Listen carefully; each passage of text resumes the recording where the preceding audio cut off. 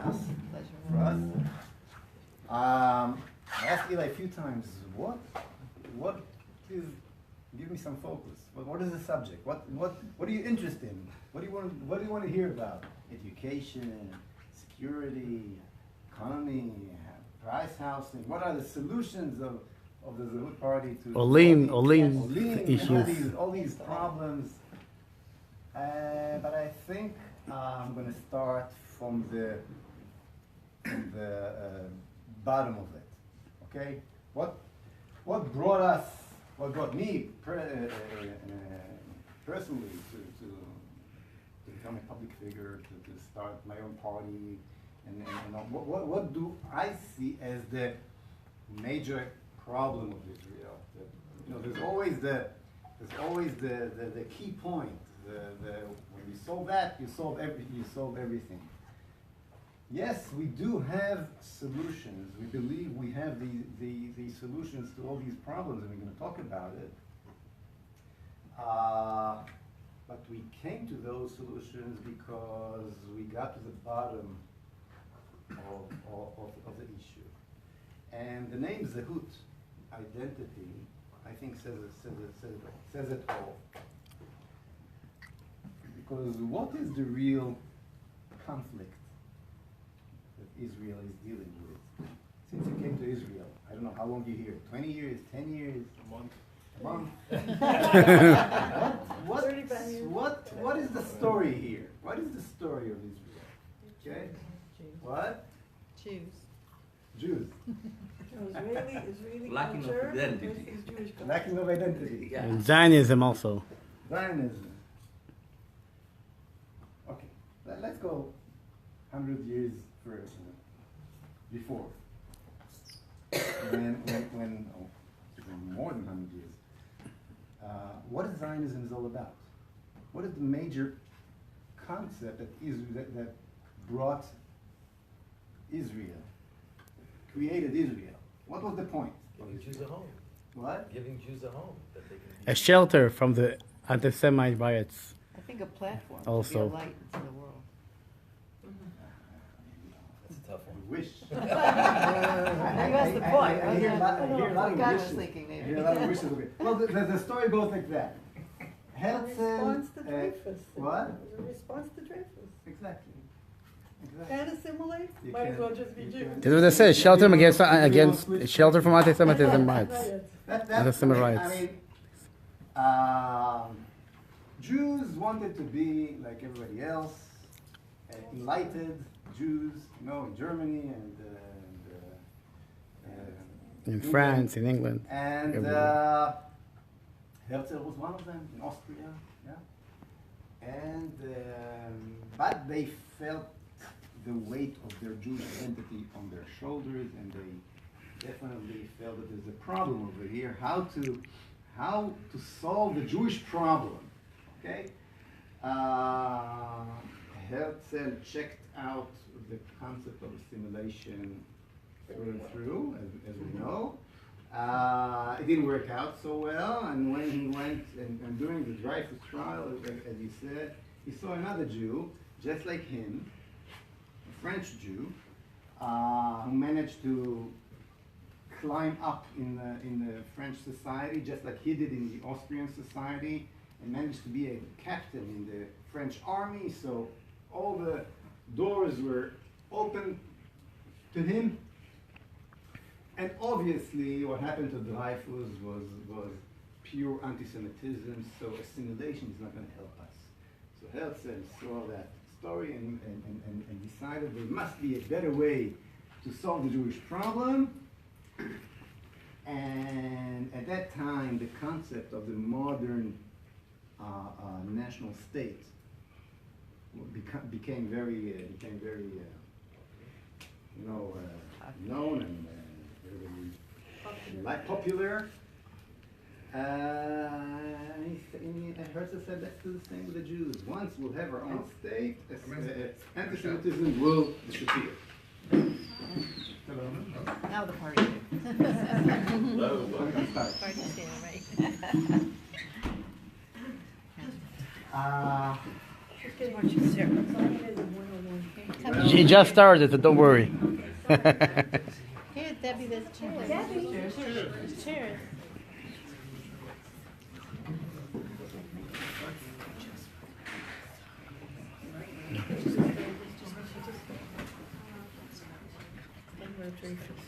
Well, Zionism is definitely a story of success. The Jews came back to Eretz Israel, homeland, and created their own state. But obviously, anti-Semitism never disappeared; it just changed masks. When we look deep into it, we realize that the concept of Herzl, the concept of Zionism, was instead of being like everybody else, by assimilation, or I would say in a more rough way, instead of assimilate as an individual, let's assimilate as a nation. Instead of become individual like all the individuals around us, let's become a nation like all the nations around us. And the idea was, let's take all the Jews from their communities, from all 70 different languages and cultures and countries and so on, bring them back to their homeland, and leave God behind. Leave God in Galut. Let's create from the Jewish nation a civilian nation, just like the American nation, just like the French nation. Separate church and religion and state, and become a civilian nation. And Herzl even wrote that we should lock the rabbis in their Synagogues. in the synagogues, and make sure that this is the new Jewish nation. Okay. Now, today we call that conflict. The conflict between Medinat Kol Ezrachea and Medina Yehudit. What do we want to be? A Jewish state or state of all its citizens? This is basically the conflict. And this conflict is the key or the core of all the other conflicts. For example, these days we celebrate the 25th year of Oslo, right? We all know, and also that Celebrate with Michal. celebrate, of course, it depends. Depends who are you? You're left, you're right. But we I don't think anybody saw it. Commemorate. Commemorate. Thank you, Shmuel. Commemorate. Remember that. 25th years of Oslo. What was the Oslo process all about? Land for peace. What? Land for peace. No. Self-determined. Land for Judaism. I thought that you're gonna be on the Suicide. What? Suicide. Suicide. To forget that you're Jewish. Let's get rid of those Jewish territories. Self-determination The guy, for population. the guy over there who eating the nuts, the Shmuel and I eating happened to be we started an organization those days named Zehut. This is our land, who stopped the whole traffic in Israel and able to actually, I think, with all modesty, I can say that the Zehut organization was the major force who started to stop these agreements. So I'm not in favor of it. Okay, what was it about? Was it about peace? It was about peace process. No, that's what they said. It was about peace. Was it about security? Was it about economy? Well, just a few years ago, actually in April 2015, the major architect of Oslo, Ron Pundak. Ron Pundak, he actually passed away since then, in a very open minute, in a very honest minute, said the Oslo process was not about peace. Because he was asked, it brought only bloodshed. It brought everything happens because of Oslo. I mean, almost 2,000 Jews died because of this process. So maybe it's time to stop it. Why we don't stop it?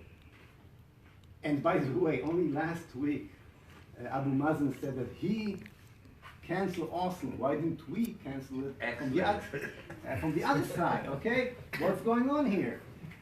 So he said, and I 100% agree with what he said. He said it was not about peace. The Oslo process, Shalom Tova. Oh, Another Shana Tova. Another candidate on our list to Knesset just came in, and soon I'll tell you why they're all coming. Okay, they need you. I need you. Okay, thank you. So he says, Ron Kudak said the following. It was not about peace. The Oslo process was not about peace. It was about Israelism of the Israeli society instead of Judaism of the Israeli society. Going back to what I spoke before about Zionism, the whole process that we're dealing with, the whole creation of the terrorist Hamas state in Gaza, Abu Mazen, and the whole, whatever you call it, some people call it the Palestinian Authority, but it's the terrorist state just the same, okay, in Judea and Samaria. The whole craziness of the Oslo process was about trying to solve by force, actually, this conflict between Medina Yehudit and Medinat Kol Ezrachea, a Jewish state and state of all its citizens. Shimon Peres and Yossi Beilin, during the Rabin government in 1995, used Arafat and the PLO and the agreements in them in order to, for once and for all, solve that conflict towards their sides, toward a state of all its citizens, which is, we have to admit, the dream of the Herzl, the dream of Zionism. It was not anti-Zionist process. It was the last,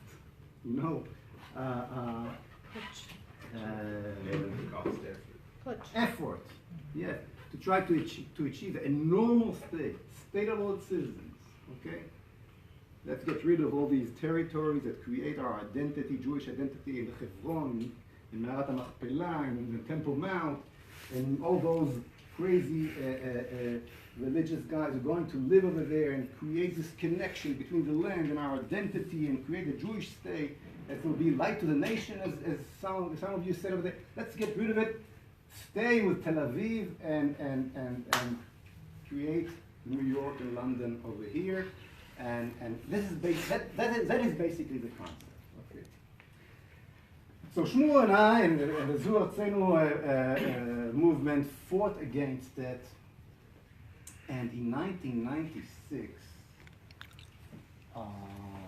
we won. We won. Against all odds, after the Rabin assassination, against all odds, the Likud won the election, and Benjamin Netanyahu became for the first time the Prime Minister of Israel. And we all felt that the fact that we fought and lay down the streets and got hit and and we were arrested so many times was worth it.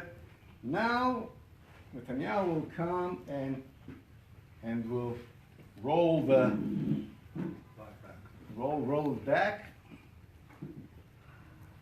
and a few months later, Netanyahu, just like Rabin, went and met Yasser Arafat, יימח שמו וזכרו, the biggest Jew killer since World War II.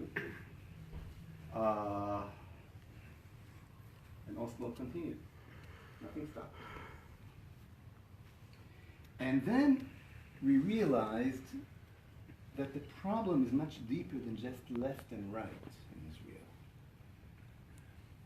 That the right wing, the Likud, the right wing in Likud, Mafdal at the time, So-called right wing. the right not so cold.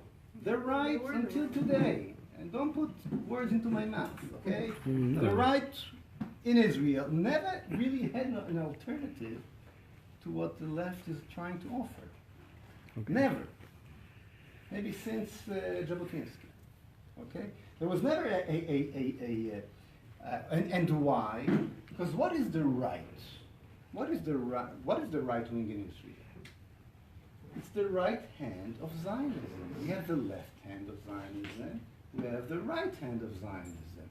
When Zionism brought the Jews started to come back to Eretz Israel, left, as I said, God behind, tried to create a secular nation, okay, a civilian nation.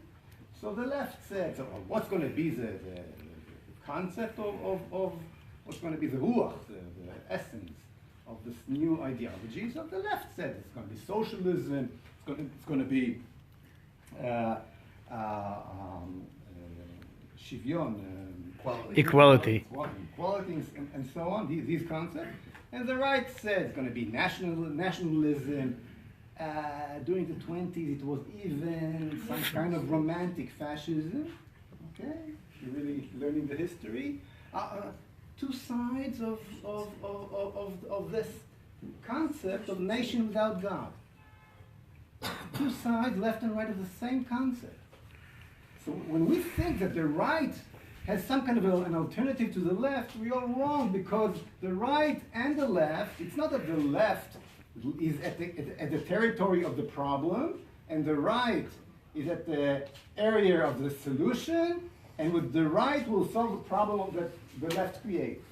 The right and the left are both in the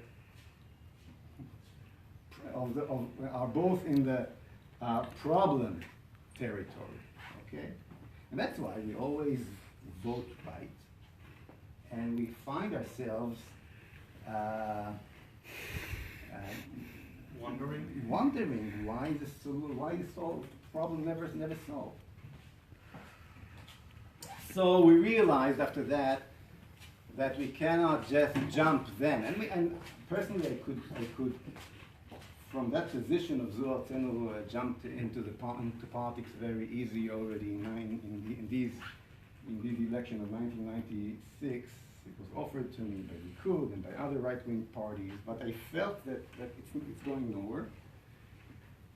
And we got into a long process of creating a real alternative based on Jewish identity.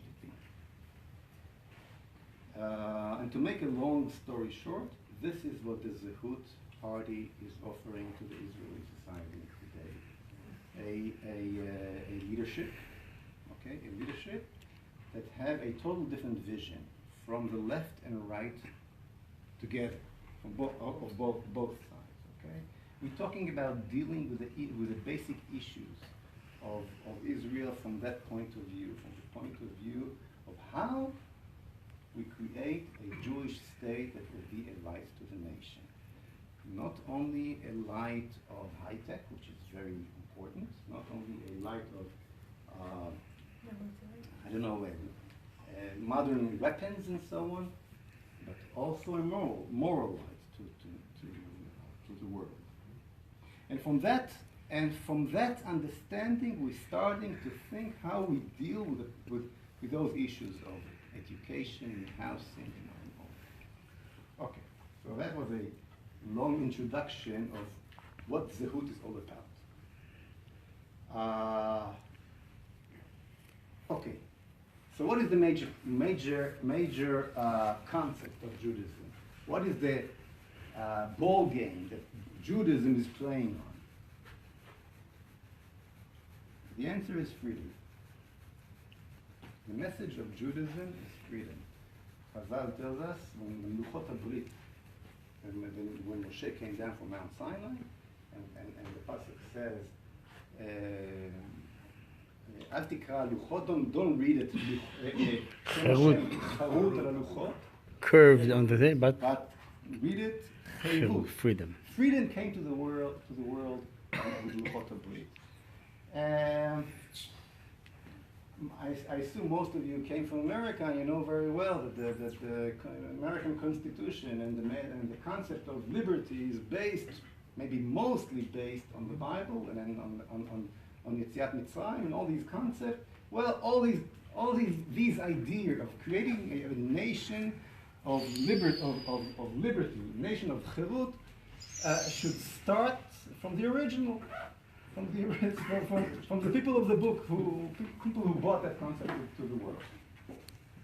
And when we're dealing with the Israeli problems, like housing, for example, this is how we're looking at it. For example, when we're talking about the price of housing in Israel, now I'm already going down to the dealing with the problems. When we're talking about the price of housing, what makes the houses in Israel so unachievable, so expensive? The answer is, most of the answer is that it's the price of the land. Every apartment in Israel, more than 50% of it is the price of the land, even if it's 20 floors high. Okay? Why is the price of the land in Israel so high? There's not a lot of it. What? There's not a lot of it. No.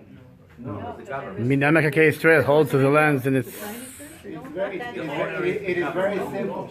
It is very simple.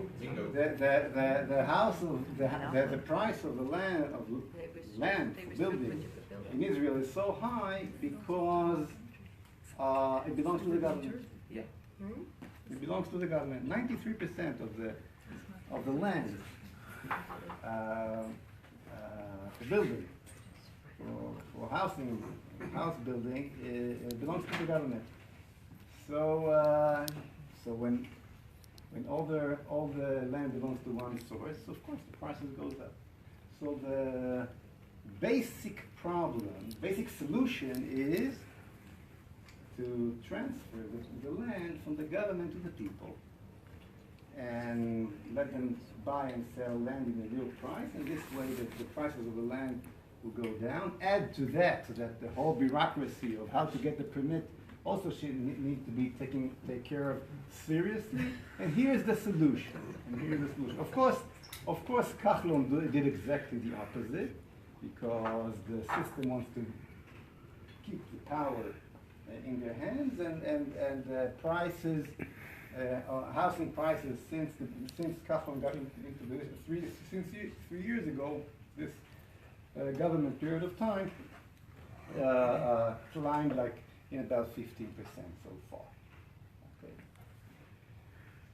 What is the solution for education? And by the way, this is a Jewish concept. This is a very serious Jewish concept. A Jew must have land, according to halakha. I don't know how many of you know that, but if you don't have land, you don't have to go the Beit HaMikdash. to the temple, like in Shalosh Pamim B'Shana. Go to Visit the temple 3 times a year during the holidays. But if you don't have land, you don't have to go, because you have to be a free man. If you don't have land, you consider a eved, a slave. Okay? An eved don't go to see God, visit God. We're supposed to be free people, okay? Not slaves. Let's talk about education. What is the problem? Israel invests in education 102 billion shekel a year. We are number 5 in the world. More than the defense budget. It's about 30 billion more than Defense the budget. The defense budget. It's more than all the budgets. Okay. In which place, according to the OECD. there's a name to those checkups that Rank. PISA, yeah, the PISA PISA. test. PISA tests. Okay, I think we are somewhere in number 30, 35. We're last in the OECD. We even after, I think, Iran in math or things like that. So there's no connection between how much money we invest in education and the results we get.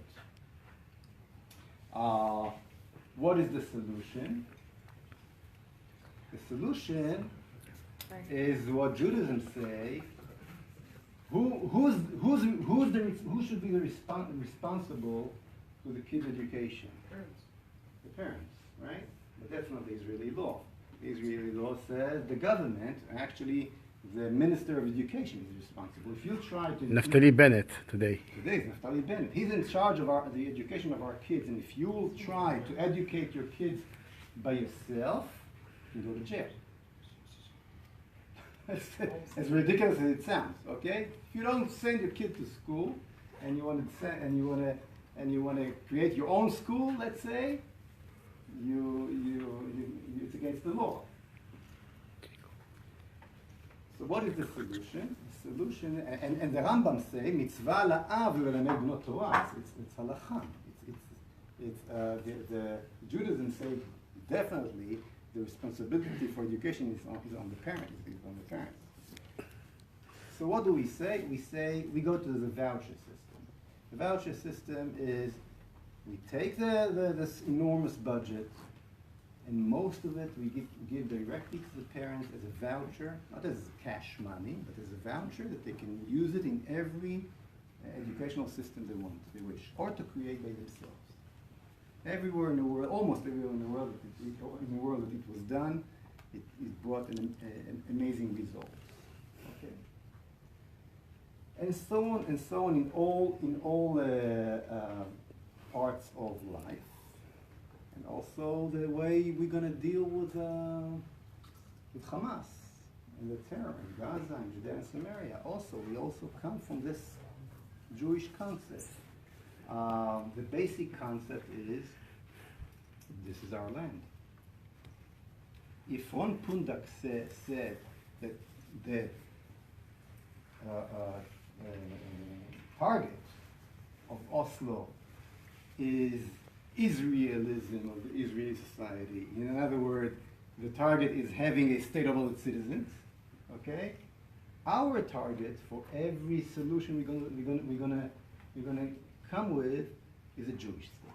We want to have a Jewish state. In order to have a Jewish state, we need to keep our Jewish identity, and that includes our territorial identity, and we're not going to give up 1 square inch of every part of Eretz Israel, which is in our hand, including Gaza.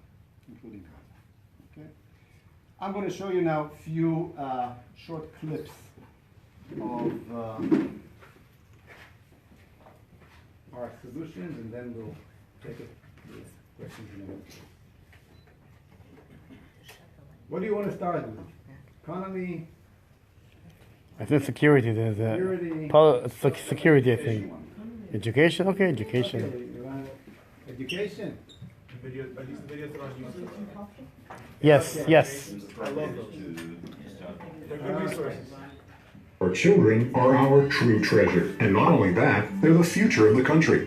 But wait, who's really responsible for their education? Ostensibly, we are, the parents. But by law, the party solely responsible for our children's education is the Ministry of Education. Did you get that?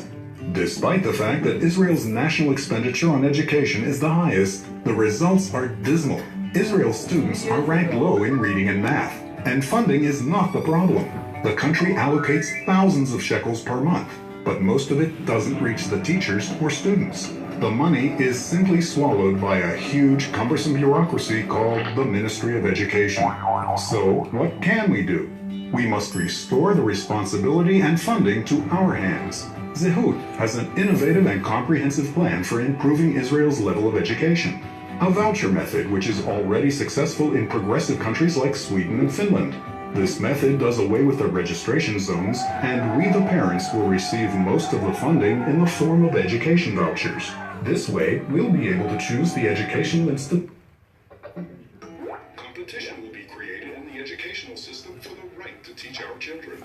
The best teachers will be entitled to the highest salaries in the economy. Even private high-quality boutique schools will join the competition. In this way, we'll raise the level of in Israel. Believe it or not, this already works well elsewhere in Israel. The Social Security vouchers for expectant mothers. Instead of our children serving the system, the responsibility will be restored to the parents, and the system will start serving the children. Zehut, liberty, purpose, and Jewish identity. Okay, so that's the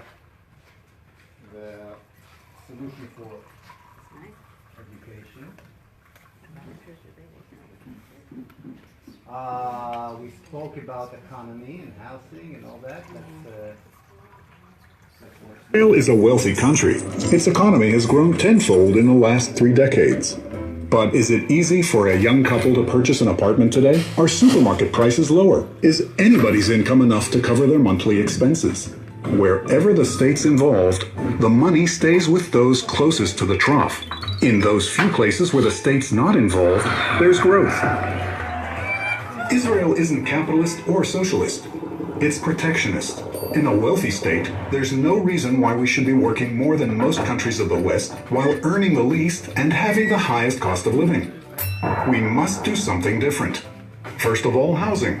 As long as the land belongs to the state, apartment prices will continue to rise. Zehut will close the Israel Land Authority, return the land to the citizens, and create a simple, effective mechanism. Next, the high cost of living. When the Israel Standards Institute decides that Heinz is not ketchup, but you lose. Zehut will eliminate the biased standards, taxes, and regulations, and open the market to imports. Instead of paying the government, you think pays for the inflated government apparatus of 1 million workers. Zehut will reduce the number of ministers, streamline and again, leave the money in your pocket. When heavy taxes erode most of your salary, it's not worthwhile for the rich to work in Israel, and for the poor, it's not worthwhile working at all. Zehut will introduce a low uniform tax for both private citizens and businesses, a tax that everyone will be willing to pay. Those who evade the tax will be dealt with severely. With Zehut, the economy will be free, and Israel will be one of the wealthiest nations in the world. But the money won't be tied up in an inflated apparatus. It will reach the pockets of the citizens. Zehut, liberty, purpose, and Jewish identity.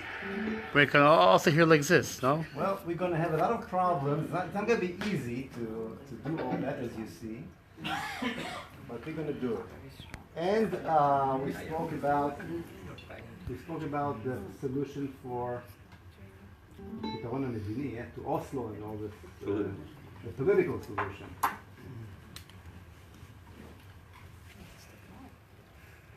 What did we want? Peace? Security? We got war. For more than 20 years, we've clung to the Oslo Accords hoping for what? The terror attacks haven't ended. The missiles continue to drop on our cities. The country has shrunk, and we even expelled Jews from their homes. And what did we get in exchange? Thousands of fatalities and wounded, 5 times more than in the period preceding Oslo. The Oslo process was supposed to save on security costs and foster prosperity. But in practice, it has cost over 1 trillion shekels. Hear that? 1 trillion. In January 2014, Dr. Ron Pundak, one of the architects of Oslo, admitted, peace is not the goal. It is the means of Israelization of Israeli society instead of its Judaization. Get it? We're not paying the horrific price of Oslo for peace or security, but to settle the internal battle over Israel's national identity, to make Israel a state of all its citizens, rather than a Jewish state. We of the Zehut Party are proud to say, not a country of all its citizens, but rather one country for one nation with one God. In other words, a Jewish state.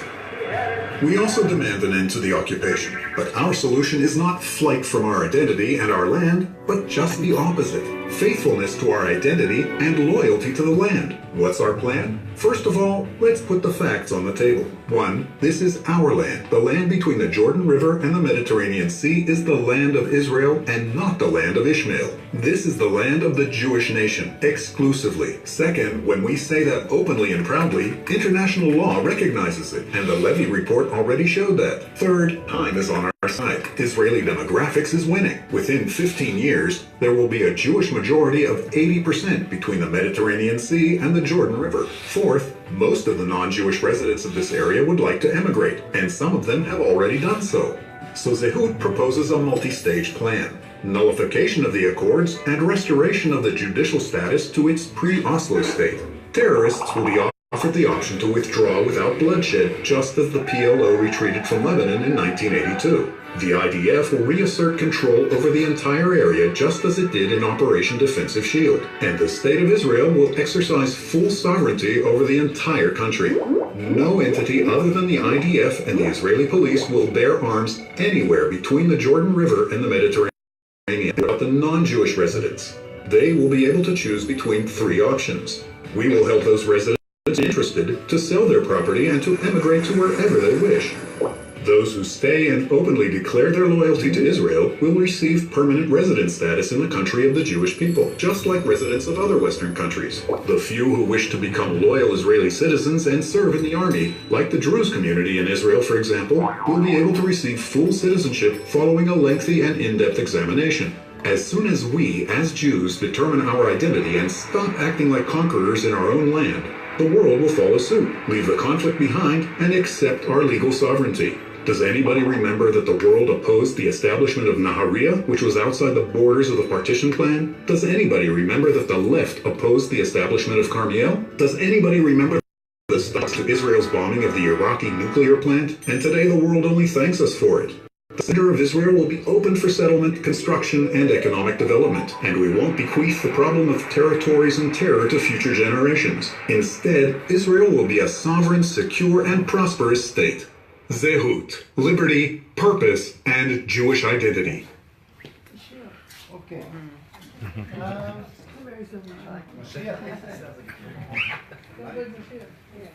Oh, finish the lights. Look, All the bottom. waiting for Mashiach is very nice, but we should do whatever we can. Get there as fast as we can. I want to add only one thing before the questions. We're talking, besides solutions to these basic problems through Jewish concepts and Jewish understanding, we're talking about changing the political concept in Israel. We're talking about changing the whole way we look at politics. In America, you have your congressman, right? When you're going to vote, you're used to the American Constitution created a system where the politicians are working for you, right? If your congressman, you get the feeling that he's dealing with other issues and not really working with the issues you. Tomorrow they have elections. Tomorrow, The elections. he's not going to pass. He's going to be off his job, right?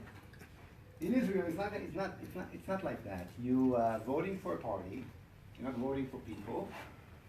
And those people, those Knesset members in the party, are getting into their positions either because the head of the party, Yair Lapid, or Aryeh Deri, or Lieberman, decided he's a dictator in his party and he wants those people. That's his one option. The other option is those parties who have a so-called primary. But this primaries in Israel is not the primaries you used to have in America. It's not primaries between 90% of the population, let's say, that are members of the party, big parties. It's a primary between 2 and 3% of the population who are actually members of parties. And actually, those Knesset members owe their position to some wheeler dealers and all kinds of nonsense like that. So basically, the system in Israel don't create a politician that works for you. So what did we do in Zehut? So far we have about 3,000 members in the party, and they choose for the first 15 positions slots to the Knesset our candidates. Albert Levy, for example, that you see over there, raise your hand, Albert, is a candidate. Chagai with me also. Chagai And Tova are candidates. Now, so they are in this 15 slots, but I don't know yet who's going to be first and who's going to be second. Okay,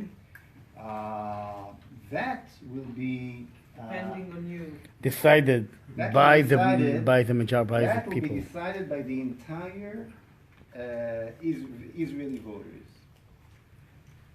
Not only members of Zehut, but all Israeli voters who are allowed to vote will be able to get into their computer or into their Smartphone. at the day of the primaries and decide who they want to be first and second in our list. By doing that, for the first time in the Israeli history, we're going to create Knesset members that really depend on you and work for you. They tried to do it in the Meretz party. It did not succeed. On that issue, the head of the party, Zehava Galon, went home. If you remember, okay, she tried to pass that system in Meretz, and she failed. Because the parties are the political parties, the political system in Israel is corrupted, including Meretz. We're creating a whole new direction, fresh air. I have no doubt that after us, other parties will do the same, because Bezrat Hashem is going to succeed. We're going to get a lot of political force because of that. We're going to get the attention of the people when we call them to vote in our primaries. So as you see, it's not only a Jewish revolution, it's also a democratic revolution.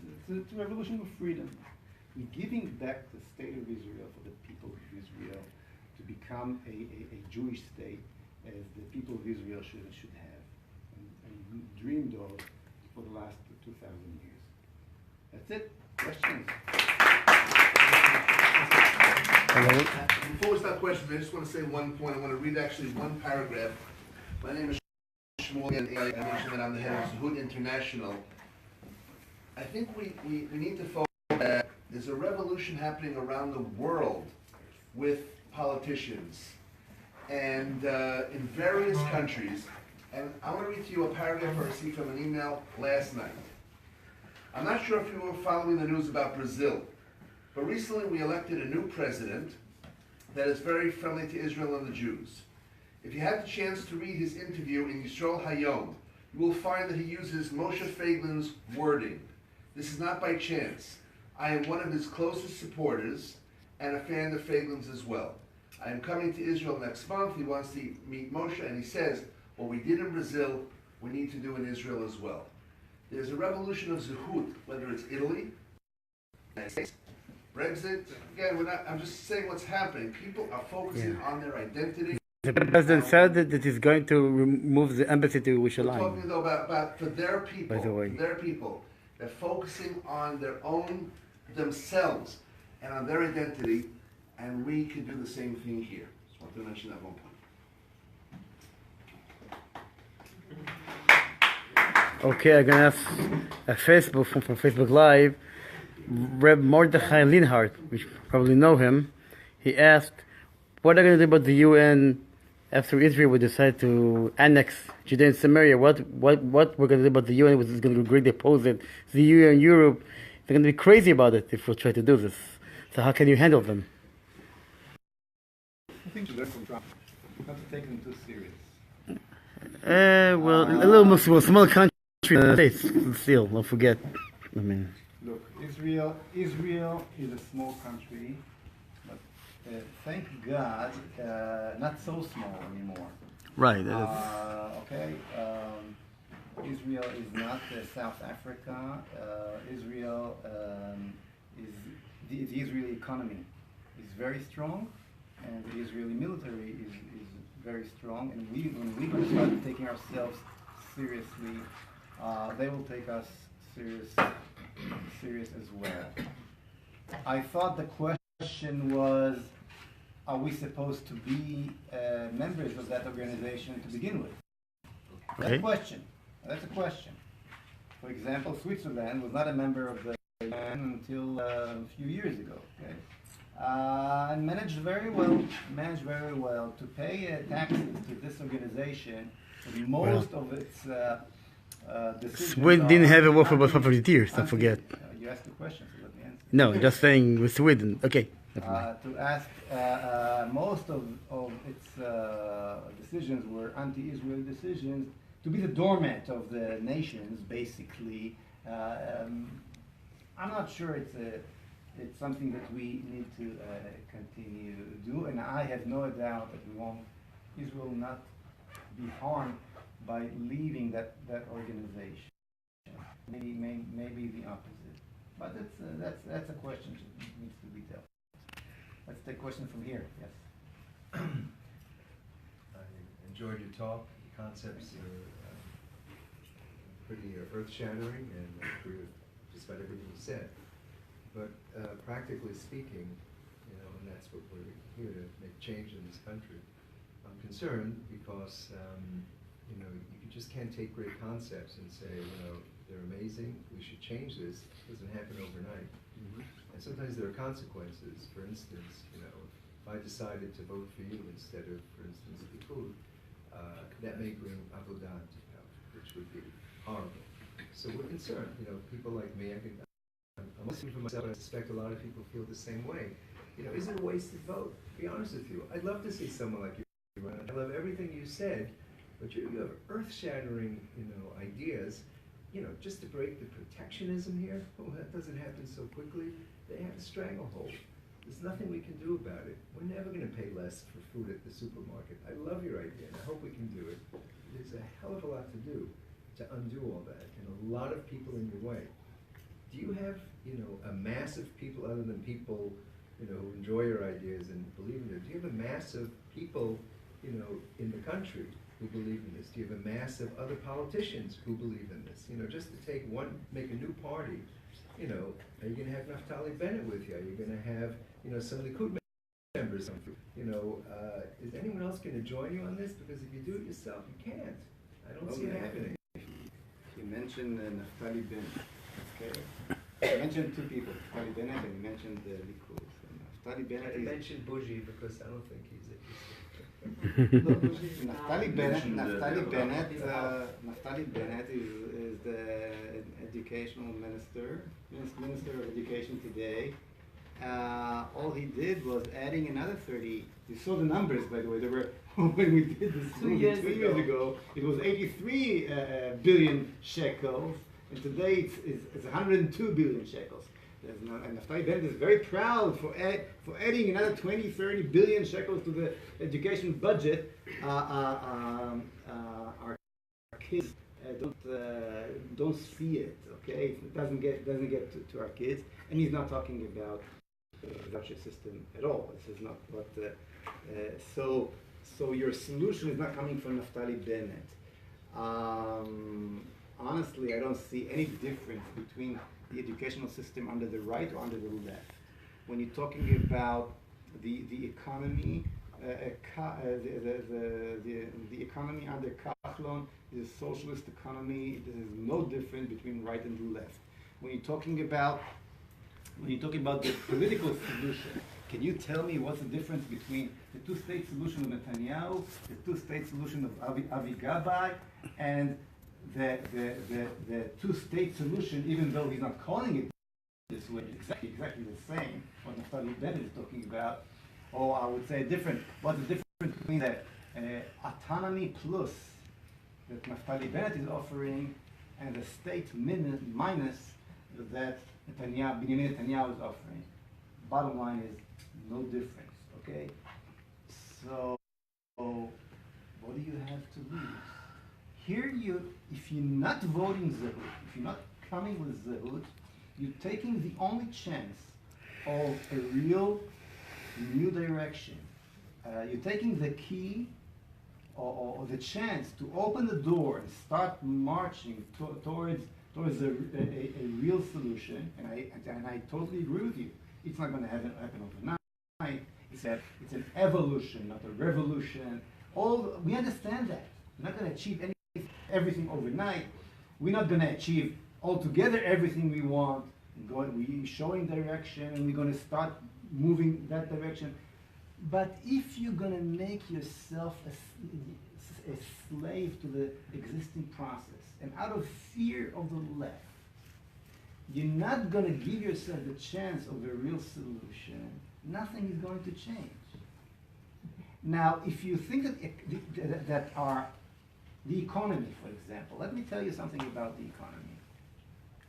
One of my son-in-law, okay, I have two son-in-laws, and thank God I have 5 kids. 4 of them are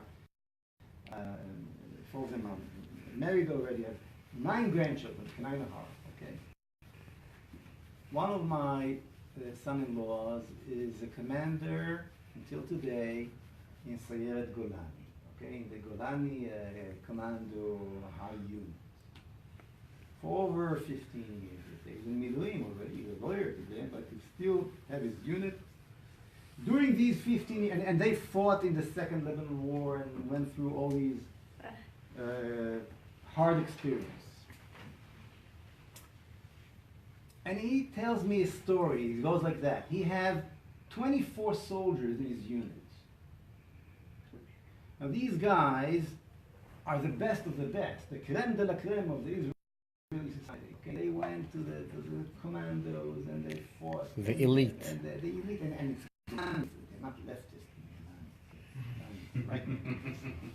Because you asked. No, the parachuters are leftists. Okay. 6 of them are already Yodim, not living in the country. Only 6? Quarter. Only 6? Quarter. 6 of 24. So it's a 6 quarter. out of 24. Now it's not because they couldn't find a job. It's not because they couldn't find a job. It's because they did not feel they can breathe. Okay. He told me one of them. He told me the stories. I wanted to hear each one story. One of them went did yerida, as we say, yerida. Immigrated. Immediately made a lot of money, then tried again to come back here, lost everything he made over there. Cannot buy an apartment. The price is already going up. He finds himself work crazy, like 14 hours a day. Not able. Israel is a rich country. Israel doing much better than the United States of America, for example.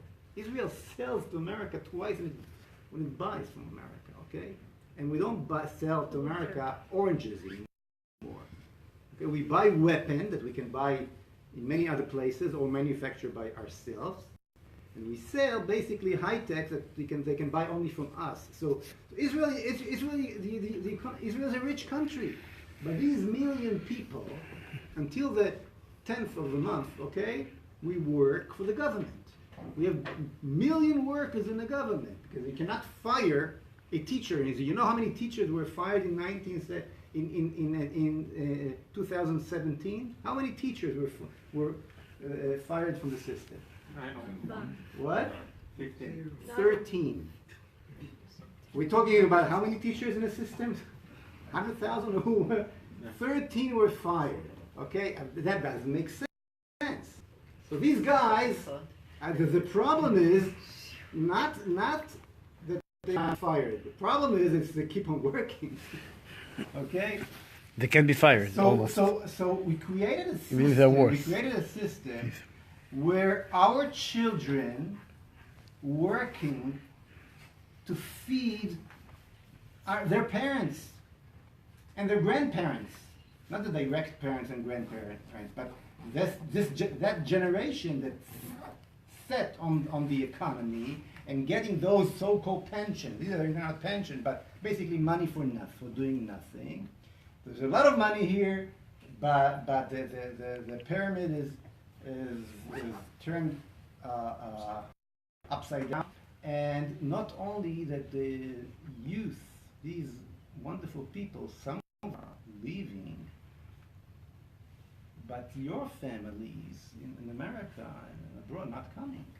If a French doctor, okay, who realized, Jewish doctor, who realized that there's no future to Jews in France, okay, or England today, they've become like Berlin in the middle of the 30s. I'm serious. That's how London looks like today. Okay, where are they going to go? Are they going to come to Israel? When this doctor looking for job in Israel, he takes the airplane here, he lands here, he's looking for a job. He's a good doctor, he's a good Jewish, French Jewish doctor. Okay, we find job over here? Of course not, because the economy here and the centralized economy here didn't create jobs. And if he will never understand how can he live from the salary he makes over there.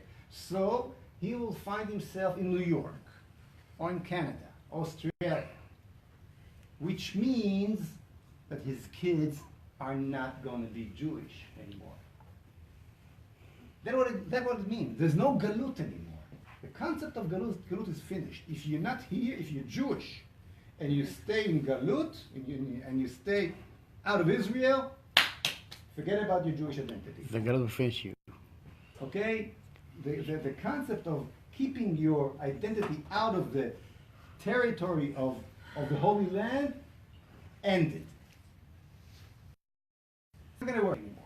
So if we did not create here the land of milk and honey that we could, it's not just a problem of being rich or wealth. It's we have failed in our Zionist mission, okay?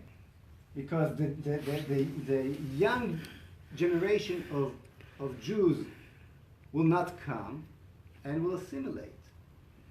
The fact is, when you think about it, the only big waves of immigration, of aliyah, came to Israel only from countries that are more centralized and has less freedom, economical freedom, than Israel. In the 30s, they came from Germany. In the 50s, they came from the Arab countries. And in the 70s and the 90s, they came from East Europe and Russia. They never came from England or America or Australia. Because lack of freedom. So when you're talking about creating a free state, you're talking about the Jewish mission that will bring the new generation, the new young generation of Jews, will bring them here. It's not just something that we would love to have a better life. It's a Jewish mission. Okay.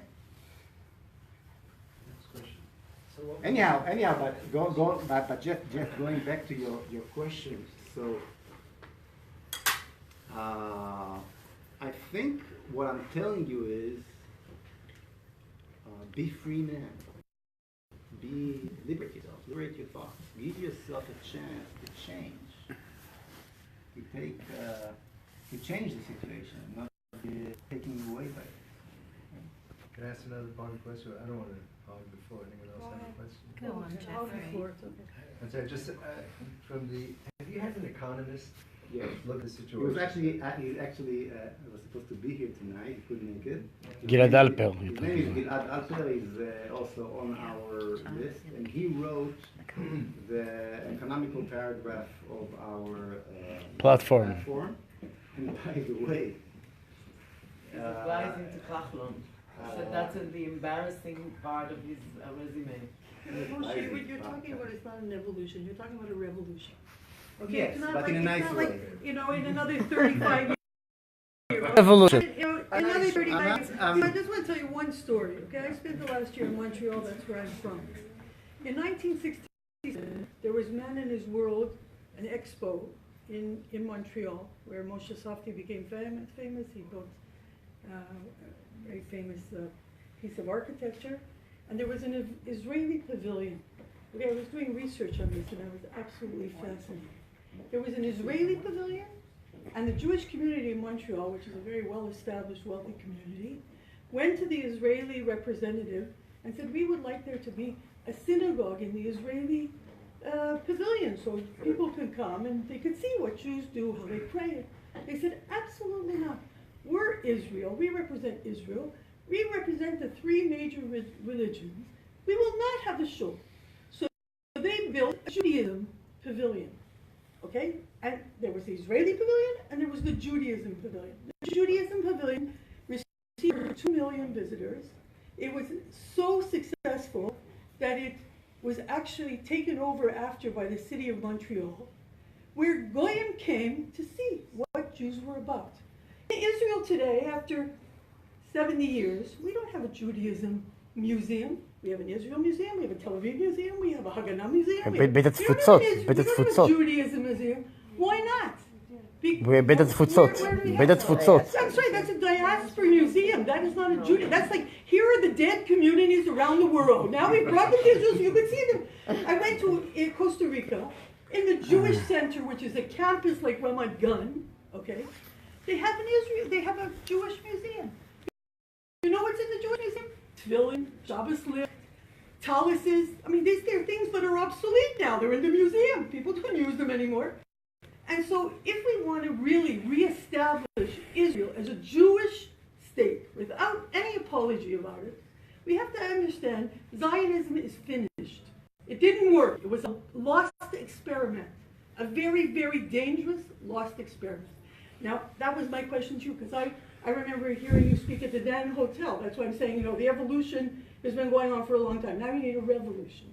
And, Alavaya should be the leader of the revolution. But if it's not a revolution, he's right. It's a wasted vote.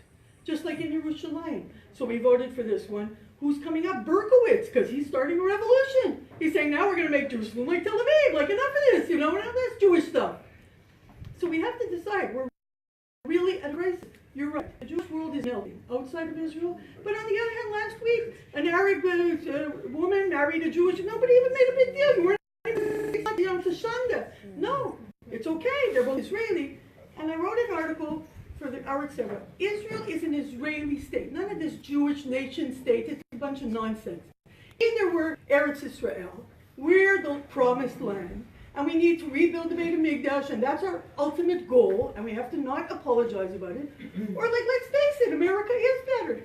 Canada is easier. There's kosher restaurants, a great one, it's called Chops. There's great kosher food, good schools. You pay for them, but you also get a lot of social benefits. There are plenty of Israelis in Montreal, in Toronto, in Costa Rica. Wherever I went, Israelis, what are you doing here? And they don't integrate. They're Israeli. They're not Jewish, they're Israeli. Okay, so, look, so, we're so the talking question about... is, where's Zionism in your story? Is it over? Or is it just an... It's not over. I think Okay, so what's my question? What you're talking What's about. my question? No, you're touching. You want to final it with a question? Go ahead. The question is, where does Zionism end and Judaism end? And how do you define, we can go on for hours. How do you define a Jew? We're back to, what's a Jew? That's the question. Zionism, Judaism, it's three. I started by saying that this conflict, between Zionism and Judaism is exactly where we getting in the story. Yeah, but no, it started with the Hovevei Tzion. Let me try. You asked a very deep, hard question, so let me try to answer you.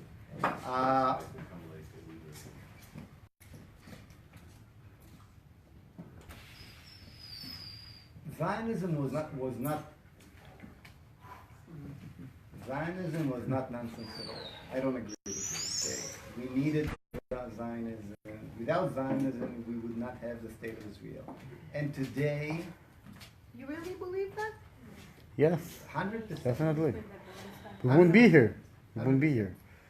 My family came to Israel only because of Jewish reasons before Herzl was born. Okay, the first Aliyah was all religious.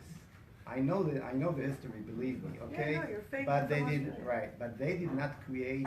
They create the shuv, the foundation, the existence of Jews here, in living in Eretz Israel. They did not create a political tool named a state. Okay, they could not do. This is what Zionism did. Zionism created the ribbonut. Okay, Sovereignty. sovereignty I understand. in the land of Israel.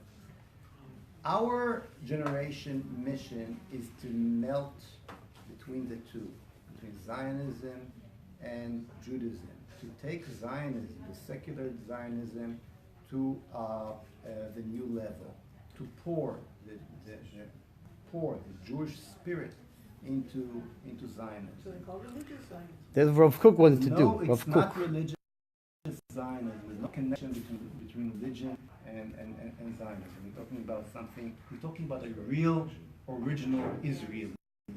Okay, this is what we are talking about. It is a very important philosophic issue, but I will take more questions if you have. Number one, Number one, how many seats do you think can realistically expect to win on election day? And number two, when your revolution with the smile succeeds, what's the first thing on the Zehut faction's agenda when you get there? Not the most important, but the first. First of all, we need to realize what the goal is. The goal is to lead the country. I want to be the Prime Minister of Israel. I'd love to see that. Could you leave the door open?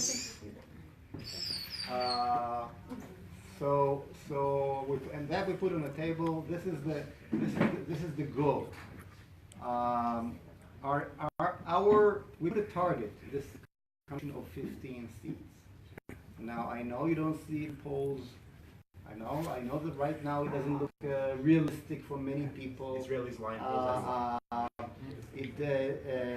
can tell you that Yair Lapid had six. He had like about 6 seats in the polls when he ran. At the end, the first time at the end he got 19. 19. Wow, Okay. shock. We definitely see many searches that we do that the potential is there. Israelis are longing for change. Israelis are longing for Zehut, just as Shmuel explained. Once they realize that yes, the tool of Zehut serves that purpose, we can do that. But it doesn't matter if we'll get in with 6, with 7, or 15. It's going to be the first step, and we're building ourselves from day one. The DNA of the party is not a DNA of a sectorial party. It's a DNA of a ruling party. What is the first thing we're going to do?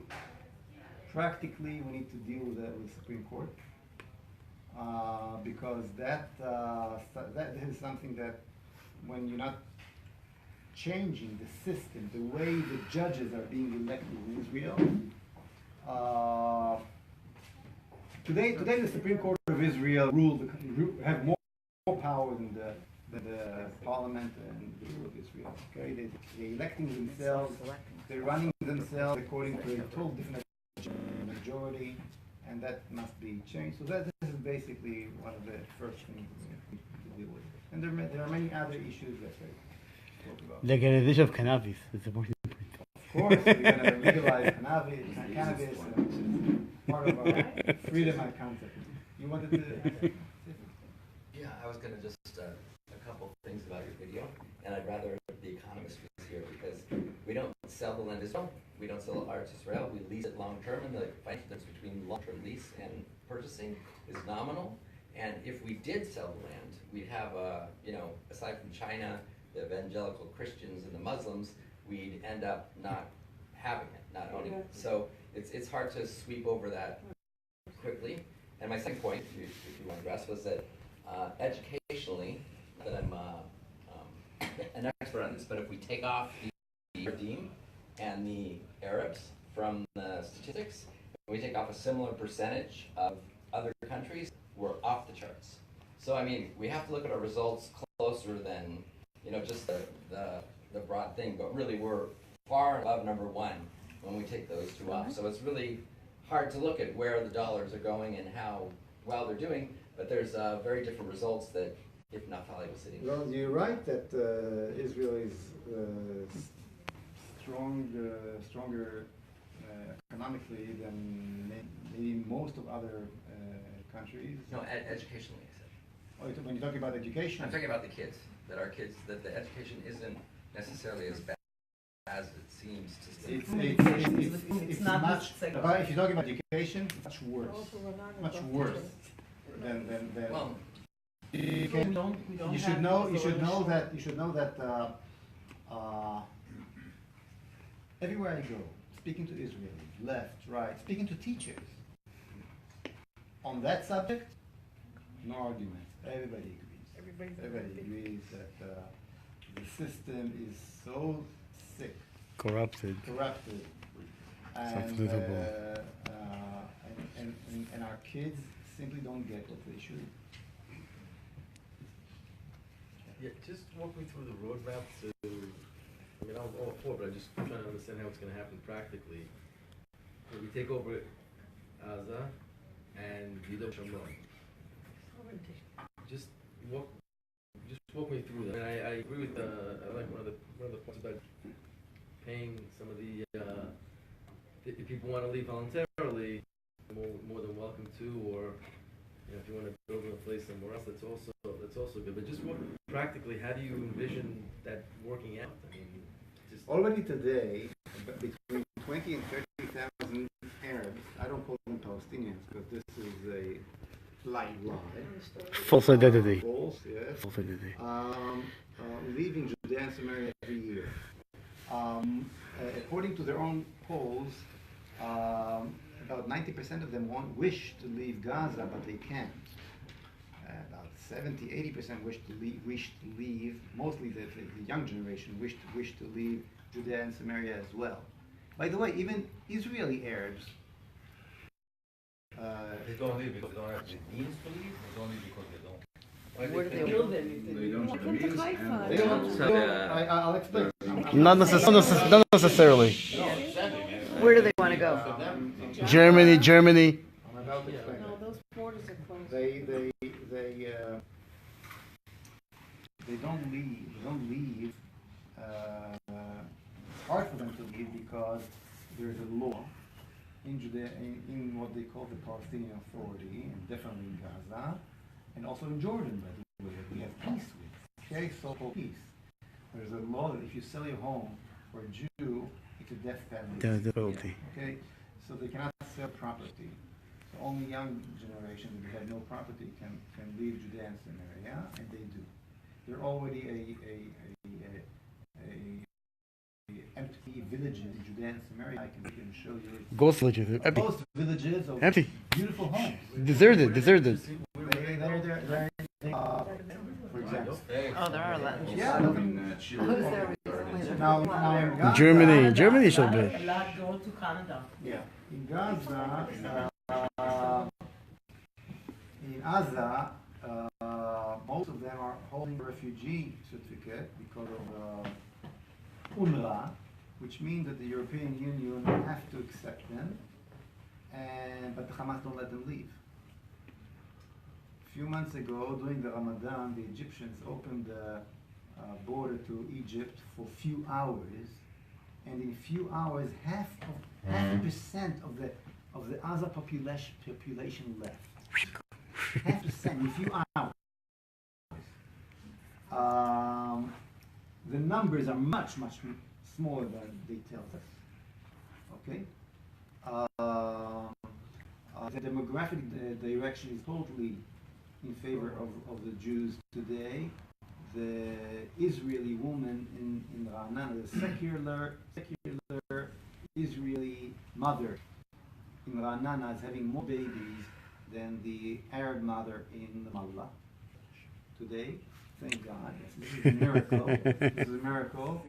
Not the Jewish woman in New York, okay? Not the Jewish woman in London, but the Jewish Israeli woman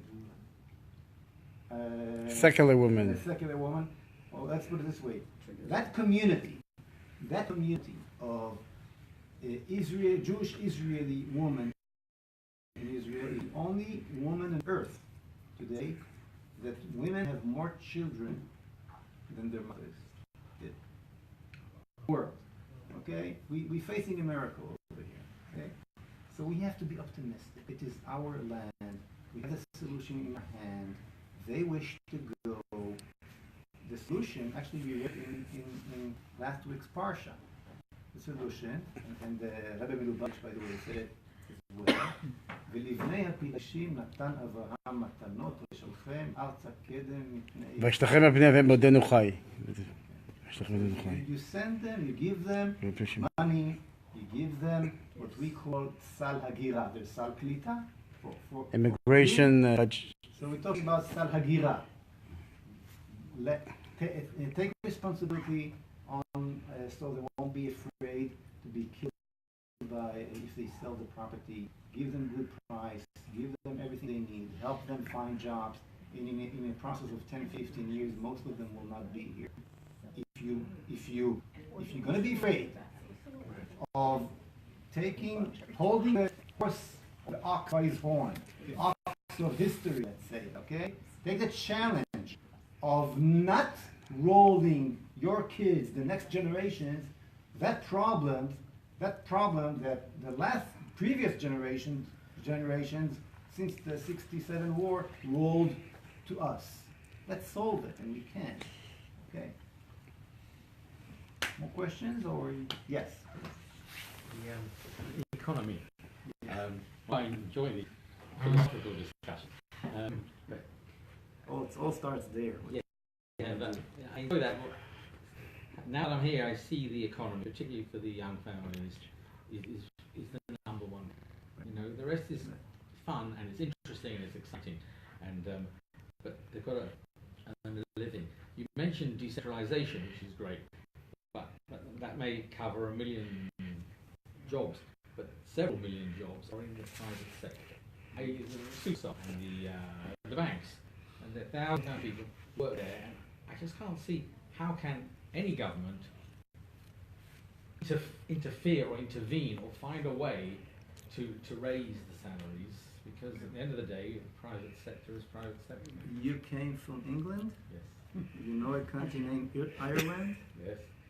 They did exactly what I'm just trying to explain not long time ago, and just opened the economy. Free. By the way, maybe Albert, you want to talk about it? Albert is an economist. Okay, so I will let Albert answer that question, because let me introduce you a bit, okay? We are a few in the 15 candidates on the Zehut list for the Knesset. No, but let me just we explain. Are a few candidates to understand something in Albert, I just wanted to introduce in economics, and including Gila. He wants to introduce an introduction. And what do you want me to introduce myself? Or no? No, I want to introduce you. I just wanted to say that Albert. Yes. Albert has how many companies you? Well, I created 5 companies, 3 current. Now there's 3. So you understand something in economy? Yes, it's in different. Environmental things. So also, by the way, I think I understand something. environmental. Theoretically and also practical point of view. I've been a businessman all my life, except 2 years I was a salary and employee. So in fact, what I would like to tell you is, it is a fact that today the average Israeli is working a little bit more than the Europeans or the Americans, and he's making a little bit less money, but he's paying much more, nearly everything. A study was made by the OECD regarding the prices, and the prices in Israel are somewhere in between 15% to 45% more expensive than Europe. We all know that the Israeli, when they go for vacation in Spain or in France or anywhere else, they say, "Wow, it's so cheap." And I'm not talking about luxury products. I'm talking about basics products. I'm talking about food. So if we only have a moderate increase in the salaries, but we open the economy to the big world, which means this is exactly the Zehut program. We want to decrease drastically the duties. We want to cancel the non-tariff barriers, which is closing the Institute of Standards in Israel.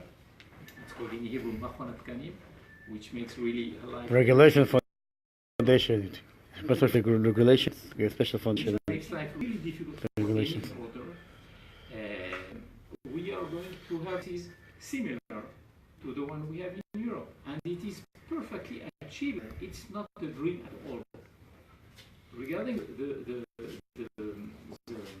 lodging, regarding the houses, we have 3 things to do. First one is to privatize the land. The land, there is absolutely no reason for the state to hold 93% of the territory. That's the What first about thing. his question that maybe the Chinese are going to buy it, or maybe No, we can do it in a very organized way, and we can make sure there will be no hostile. I am more afraid of the Arabs than the Chinese. Yeah. Nowadays, the country, the Admot Medina, which is called Admot Medina, The state land. the state land, even the property that was bought by Jews, for Jews, has become Admot Medina by Mr. Aaron Barak, and now they're allowed, the Admot Medina are to be given to the Arabs in equality to the Jews. You know, you see what I mean? Like now you cannot tell them not to buy Admot Medina. You see what I mean? And this is much worse than to sell this in a very organized giving the way. Jews And it's only a matter the of possibility law to have land. Yeah, so for us it'll be racist, you know. Yes, but it's not the only thing we have to do to make lodging more affordable. The second thing we have to do is to really simplify the construction process. I built 3 buildings abroad, about 4,000 square meters, and I did it on average every building, something between around 18 months it took me, everything, all the process, the administrative and the building. Here I know a few of my friends who tried to do it, and it took them in between 5 to 15 years. It is absolutely ridiculous. So we have to simplify the process because time is money. If you're a builder, you're going to pay more interest to your bank, and you have to put it in the price. No way. And the third thing we have to do if we want to see affordable lodging in Israel is finally to exercise the sovereignty of Israel, enjoy the whole of Judea Samaria. There are huge lands there can be freed for constructions. We have to do that, and it is part of our program. So really, it is not a dream at all to see the young guys that Moshe was talking about, who served in Golani, and they are living in it. It's really too sad to see that. We have to stop this process to open the horizons to the young people of Israel. We have to add to that, to summarize your question. The history shows, the experience shows, everywhere, there's no failure on that. Free market brings wealth. Centralized market brings the opposite. Okay? Everywhere you do it, you succeed. Now, when you combine the concept of free market with the energy you have here in the young Israeli society, the ability to create inventions and the spirit that you have over here, the whole reason why Israel is an economical success on the national level, that the wealth don't get to the young couples, is because of basically one thing, the high tech. Why? Because high tech is something that is very hard to the country, to the state, to put a hand on. You take a computer, you work here, that you're actually in Singapore right now. Okay, you cannot. So they gave up, almost gave up, not not all alone, on trying to grab that too. And that field, high tech, is like the train of the whole Israeli economy today. Just imagine what will happen when we open the economy with other fields. Without barriers. Well. Without the barriers. I want to ask you now to write down those of you who want to keep on contact with us. You wrote it very Yeah, it's over here. please. Someone It's over be here. representative. Well, yes, definitely. I just have a just One second. Chagay, you wanna represent yourself? Well, I'm Chagai Ben-Ami. I'm 20 years old. I just graduated from Ariel University. Still.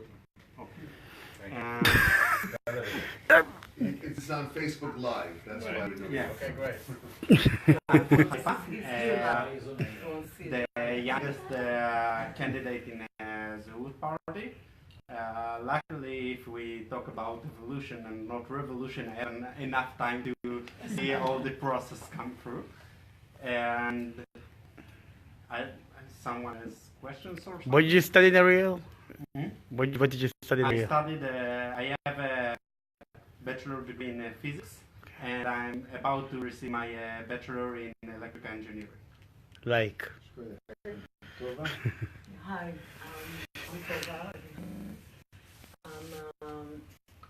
I graduated guidance counseling Tanakh in Michala in Yerushalayim, and then I became one of the first rabbinic leaders in Israel. I did quite some Social activities. big social activities, and I wanted to refer to your, what's your name? Chaya's question. I feel from your body language that you're not enough satisfied, and I identify very much with you. I was born in Argentina, and I came here, and Zionism for me, I remember myself seeing the shore from a boat, and seeing this police officer with, and I told my parents I was 6 years old. I told him he's got a Magen David on his head, because this was the Jewish state, and